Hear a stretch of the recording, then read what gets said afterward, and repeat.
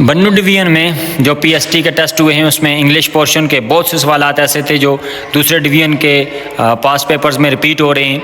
हम इंग्लिश की पोर्शन को देख लेते हैं। Question number 1, select the sentence with correct pronoun antecedent agreement.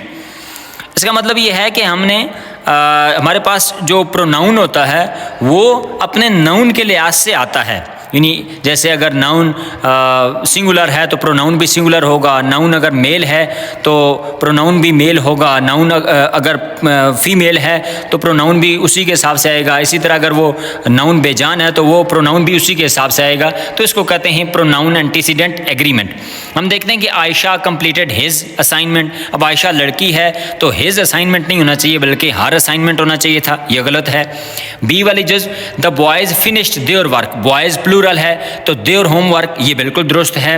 अब हम तीसरा देखते हैं कि Hasan has a pet, she takes care of it. Hasan के पास एक पेट है और वो उसका ख्याल रखती है। अब हसन मेल है, लड़का है, तो उसके मुकाबले में शी नहीं आना चाहिए था बल्कि ही आना चाहिए था, तो ये भी गलत है। अहमद रिसीव्ड हर पार्सल टुडे, अहमद ने अपना पार्सल आज रिसीव किया।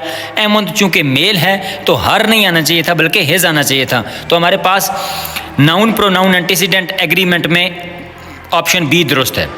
दूसरा सवाल है the statement is accurate dash additional analysis is needed, कि बयान दुरुस्त है dash additional analysis is needed, फिर भी एक्स्ट्रा मालूमात एक्स्ट्रा एनालिसिस की ज़रूरत है। तो हमने अप्रोप्रिएट ट्रांजिशन वर्ड इस्तेमाल करना है। ट्रांजिशन वर्ड ऐसे वर्ड्स होते हैं कि जो पीछे वाला मफहूम आगे लेकर जाने में मदद देते हैं। इवन सो का मतलब होता है फिर भी, इंडीड बेशक, एज अ रिजल्ट नतीजे के तौर पर, कंसिक्वेंटली का मतलब भी होता है नतीजे के तौर पर। तो यहाँ पर इवन सो ये दुरुस्त ट्रांजिशन वर्ड है। The statement is accurate even so, फिर भी एडिशनल एनालिसिस इज नीडेड, मजीद एनालिसिस की ज़रूरत है। तीसरा है many camels live in the desert, बहुत से ऊंट सहरा में रहते हैं।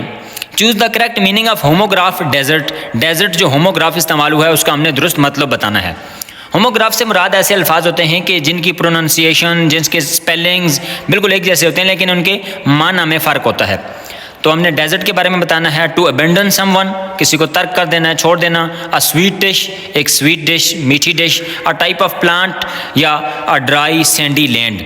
तो डेजर्ट यानी सहरा, चूँकि कैमल्स जो हैं वो आमतौर पर सहरा का जहाज़ कहा जाता है कैमल को, तो इसलिए यहाँ पर सहरा की बात हो रही है। और सहरा वो जगह होती है जहाँ पर रेत ही रेत होती है, दरख्त नहीं होते, तो इसलिए अ ड्राई सैंडी लैंड ये दुरुस्त जवाब है। याद रहे कि ये जो ऑप्शन बी है स्वीट डिश, ये भी डेजर्ट ही होता है लेकिन उसके स्पेलिंग्स में फ़र्क होता है, वो होता है DESSERT। चौथा सवाल है you need to dash link to fill in the application form. आपको एप्लीकेशन फॉर्म भरने के लिए इस लिंक पर क्या करना चाहिए, क्या ज़रूरत है। Choose the correct phrasal verb, हमने फ्रेजल वर्ब इस्तेमाल करना चाहिए। क्लिक अंडर, ये कोई भी फ्रेजल वर्ब नहीं है। डबल क्लिक इन, यहाँ ये गलत होगा। क्लिक इन भी यहाँ पर गलत है। तो क्लिक ऑन ये दुरुस्त फ्रेजल वर्ब है यहाँ पर। You need to click on the link, आपको उस लिंक पर क्लिक करना चाहिए जिस पर आपने क्लिक करके एप्लीकेशन फॉर्म भरना है। तो click on is the right answer. Find the appropriate suffix for the verb fascinate to change its status. Suffix एक ऐसा वर्ड होता है या ग्रुप ऑफ लेटर्स होता है कि जो किसी भी लफ्ज़ के आखिर में लगाया जाता है और उससे एक जो है वो नया स्टेटस हो जाता है जुमले का। तो हमारे पास वर्ब है फैसिनेट, तो फैसिनेट से फैसिनेटमेंट ये कोई लफ्ज़ नहीं है। फैसिनेशन ये दुरुस्त होता है, नाउन बन जाता है। फैसिनेट वर्ब है, फैसिनेशन ये नाउन बन जाता है। फैसिनेट डोम ये भी कोई लफ्ज़ नहीं है और फैसिनेटरी ये भी कोई अंग्रेज़ी में लफ्ज़ नहीं है। तो ऑप्शन बी यानी फैसिनेशन ION ये दुरुस्त सफिक्स होगा। छठा सवाल है what is imagery in literature. Literature में इमेजरी की तारीफ़ क्या है। इमेजरी का मतलब आम तौर पर यह है कि ऐसे अल्फाज इस्तेमाल करना या इस तरह की स्टेटमेंट बयान करना कि जो पढ़ने वाला बंदा है उसके ज़हन में एक तस्वीर बन जाए किसी भी चीज़ के बारे में। ऑप्शन हैं the use of Rahim in portray, portray में रेमिंग वर्ड्स इस्तेमाल करना, काफिया इस्तेमाल करना, ये इमेजरी है। द रिपीटेशन ऑफ साउंड्स, या साउंड्स की जो रिपीटेशन है, तकरार है, उसको तो हम एलिट्रेशन कहते हैं। पहला भी दुरुस्त नहीं है रेमिंग वर्ड्स, दूसरा रिपीटेशन भी दुरुस्त नहीं है क्योंकि इसको एलिट्रेशन कहते हैं। The use of dialogue in drama, drama के अंदर डायलॉग का इस्तेमाल, ये भी नहीं है। चौथा है the use of vivid and descriptive language to create mental image, ऐसे विविड, साफ और बयानिया तौर पर जुमलों को इस्तेमाल करना कि जो पढ़ने वाला बंदा है उसके ज़हन में उस चीज़ की तस्वीर बन जाए, तो ये दुरुस्त ऑप्शन है डी। सातवां है choose the correct example of complex sentence. Complex sentence की दुरुस्त एग्जाम्पल क्या है? कम्प्लेक्स सेंटेंस क्या होता है? हमारे पास 3-4 तरह के सेंटेंस होते हैं। एक होता है सिंपल सेंटेंस। सिंपल सेंटेंस वो होता है कि जिसमें सब्जेक्ट होता है, उसके बाद वर्ब होता है, उसके बाद ऑब्जेक्ट वगैरह होता है। जी नहीं, ऐसा सेंटेंस कि जिसमें एक ही इंडिपेंडेंट क्लॉज हो, उसको हम सिंपल सेंटेंस कहते हैं। एक हमारे पास टाइप होती है कंपाउंड सेंटेंस, ऐसा सेंटेंस के जिसमें एक जो है वो इंडिपेंडेंट क्लॉज हो और दूसरी भी इंडिपेंडेंट क्लॉज हो। और एक तीसरी किस्म है कम्प्लेक्स सेंटेंस के ऐसा सेंटेंस के जिसमें एक क्लॉज डिपेंडेंट हो और दूसरी इंडिपेंडेंट हो। तो हमने यहाँ पर कम्प्लेक्स ही ढूंढना है। देख लेते हैं। शी वॉज हंग्री, वो भूखी थी, so she ate an apple, इसलिए उसने एक सेब खा लिया। अब हम देखते हैं कि शी वॉज हंग्री, ये भी इंडिपेंडेंट क्लॉज है क्योंकि इसमें भी हमारे पास सब्जेक्ट मौजूद है, और शी एट एन एप्पल, उसने सेब खाया, इसमें भी ये भी इंडिपेंडेंट क्लॉज है क्योंकि इसमें भी हमारे पास शी के तौर पर सब्जेक्ट मौजूद है। ही लाइक्स फुटबॉल, वो फुटबॉल पसंद करता है, but his brother prefers basketball, लेकिन उसका भाई बास्केटबॉल को तरजीह देता है, वो खेलना पसंद करता है। ये भी दोनों इंडिपेंडेंट क्लॉजेज हैं। द सन सेट, सूरज ग्रूब हो गया, एंड द स्टार्स अपीयर, और सितारे ज़ाहिर हो गए, नमूदार हो गए, ये भी दोनों इंडिपेंडेंट क्लॉज हैं, इसलिए ये कंपाउंड सेंटेंस हैं तीनों के तीनों। चौथा ऑप्शन डी वाला देख लेते हैं। ऑल्दो इट वाज रेनिंग, अगरचे बारिश हो रही थी, ये इंडिपेंडेंट ये डिपेंडेंट क्लास है। क्यों? क्योंकि इसमें सब्जेक्ट है ही नहीं। We went for a walk, हम वॉक करने के लिए चले गए, सैर करने के लिए चले गए, तो ये we went for a walk ये इंडिपेंडेंट क्लॉज है और पहली डिपेंडेंट है। तो ऐसा सेंटेंस के जिसमें एक डिपेंडेंट हो दूसरा इंडिपेंडेंट हो, वो कम्प्लेक्स सेंटेंस कहलाता है। तो हमें कम्प्लेक्स सेंटेंस बताना था, जो कि ऑप्शन डी है। ऑप्शन ए, बी, सी ये कंपाउंड सेंटेंसेस हैं।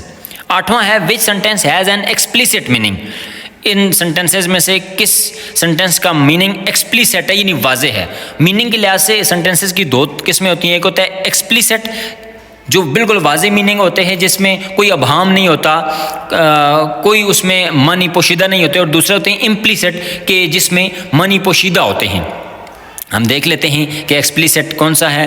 ही क्लेंच्ड हिज फिस्ट, उसने अपनी जो फिस्ट है वो बंद की, and walked away in silence, और खामोशी के साथ चला गया। अब हम देखते हैं कि ज़ाहिर है उसने कोई गुस्से का इज़हार किया होगा या उसे कोई बात पसंद नहीं आई होगी, तो यहाँ पर ये वाज़ेह बात लिखी नहीं गई है, इसलिए ये एक्सप्लिसिट नहीं बल्कि इम्प्लिसिट है। ये दुरुस्त जवाब नहीं है। The dark clouds signalled N approaching storm, जो काले बादल थे उन्होंने ये सिग्नल दिया कि कोई ना कोई आंधी आने वाली है, तो ये भी एक्सप्लिसिट नहीं है, इम्प्लिसिट है। शी रेज्ड एन आईब्रो, उसने अपनी पलक उठाई, बट सेड नथिंग, लेकिन कहा कुछ भी नहीं। अब यहाँ पर भी उसने या तो इख्तलाफ किया होगा या नफ़रत का इज़हार किया होगा या उसको कोई बात पसंद नहीं आई होगी, लेकिन ये भी एक्सप्लिसिट नहीं है बल्कि इम्प्लिसिट है, मानी पोशीदा है। चौथा ऑप्शन है the reports clearly states, report में वाज़ेह तौर पर लिखा है that cells have increase by 20%, के सेल्स में 20% इजाफा हुआ है। अब यहाँ पर कोई भी मानी छुपा हुआ नहीं है, इसलिए ये एक्सप्लिसिट मीनिंग की एक मिसाल है। नौवां है the professor explained the theory, professor साहब ने जो थ्योरी थी, नज़रिया था, उसको बयान किया। Dash its relevance to modern technology, और जदीद टेक्नोलॉजी के साथ इसका जो लिंक है, इसकी रेलिवेंसी है, वो भी बयान की। Choose the correct prepositional phrase, हमने प्रेपोजिशनल फ्रेज इस्तेमाल करनी है। प्रेपोजिशनल फ्रेज ऐसा ग्रुप ऑफ वर्ड्स होता है कि जिसमें एक प्रेपोजिशन एक प्रेपोजिशन होती है वो, और वो जो पूरा फ्रेज है, पूरा ग्रुप ऑफ वर्ड्स है, वो एज ए प्रेपोजिशन इस्तेमाल होता है। In front of, because of, within the time या विद रिस्पेक्ट टू। तो यहाँ पर ऑप्शन डी दुरुस्त है। The professor explained the theory with respect to its relevance to modern technology, professor साहब ने जदीद टेक्नोलॉजी के लिहाज से अपने नज़रिए को तफसील के साथ बयान किया। 10वां है the insect is so minute that I can hardly see it, जो अशरात है, जो कीड़ा है, वो इतना मिनट है कि मैं उसे मुश्किल से ही देख सकता हूँ। अब देखिए मुश्किल से देखने का ताल्लुक है चूँकि, तो इसलिए जो वो इंसेक्ट है वो बहुत छोटा होगा, इसीलिए उसको मुश्किल से देखा जा सकता है। तो choose the correct meaning of homograph minute. Minute का हमने दुरुस्त मतलब लिखना है। यूनिट ऑफ टाइम के तौर पर इस्तेमाल नहीं हुआ है। And official record of meeting भी नहीं इस्तेमाल हुआ है, बल्कि वेरी स्मॉल यानी बहुत छोटे के तौर पर इस्तेमाल हुआ है। याद रहे कि ये वाला जो MCQs है ये पिछले 3-4 किस्म के पेपरों में रिपीट हो रहा है। 11वां है you need to dash your USB to see the stored files. आपको अपनी स्टोर्ड फाइल को देखने के लिए USB को क्या करना चाहिए? वाइप्ड आउट करना चाहिए, ख़त्म कर देना चाहिए, प्लग आउट निकाल देना चाहिए, प्लग इन उसके साथ लगा देना चाहिए, अटैच करना चाहिए, या सेटअप या उसका इंतज़ाम करना चाहिए। तो यहाँ पर चूँकि USB है और कंप्यूटर की टर्म में चीज़ें या तो प्लग इन होती हैं या प्लग आउट होती हैं, तो USB को प्लग आउट हम करेंगे तो फिर तो चीज़ें हम स्टोर फाइल देख नहीं पाएंगे, तो प्लग इन इज़ द दुरुस्त ऑप्शन। 12वां है she will always be known for kindness towards the less fortunate. वो जो लेस फॉर्चुनेट लोग हैं उनकी तरफ बड़ी हमदर्दी वाला, बड़ी मोहब्बत वाला और बड़ी नेकी वाला जो रवैया है वो रखने की वजह से याद रखी जाएगी। तो choose the nearest possible meaning of the underline word.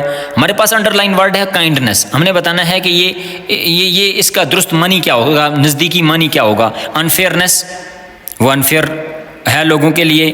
Harshness, वो सख्त है। क्रूअल्टी का मतलब भी वो अनफेयरनेस या जुल्मी होता है। और कंपैशन का मतलब काइंडनेस होता है, हमदर्दी होता है, नेकी होता है, रहमदिली होता है।